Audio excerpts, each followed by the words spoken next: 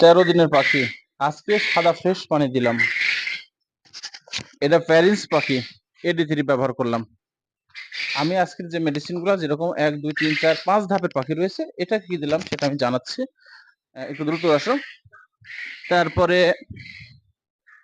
এই ঘরেরটা প্যারেন্টস পাখি, এইটা প্যারেন্টস পাখি, AD3 ব্যবহার করেছি।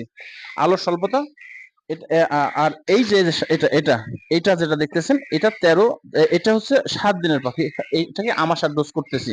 আর এই যে পাখিটা দেখছেন আজকে বের করলাম, এটাকে আমি সন্ধ্যার দিকে বের করলাম, সারা রাত্রতে গ্লুকোজ ব্যবহার করতেছি।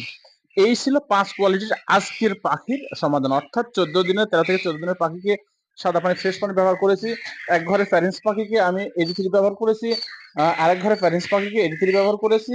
আমার 7 দিনের পাখি আমার 7 ডোজ ব্যবহার করেছি এবং ঠান্ডার ডোজ একসাথে। আজকের একদিনের পাখি এখানে আমি গ্লুকোজ ব্যবহার করতে সারা রাত্রতে ব্যবহার করব। তবে একটা জিনিস বলবো, এখন গরম সময় দিনের বেলাতে ভিটামিন থেকে বিরত থাকবেন। ডাক্তারের পরামর্শ নিয়ে আপনার খামার পরিচালিত করুন এবং পাখির দিকে খেয়াল রাখুন। আসসালামু আলাইকুম।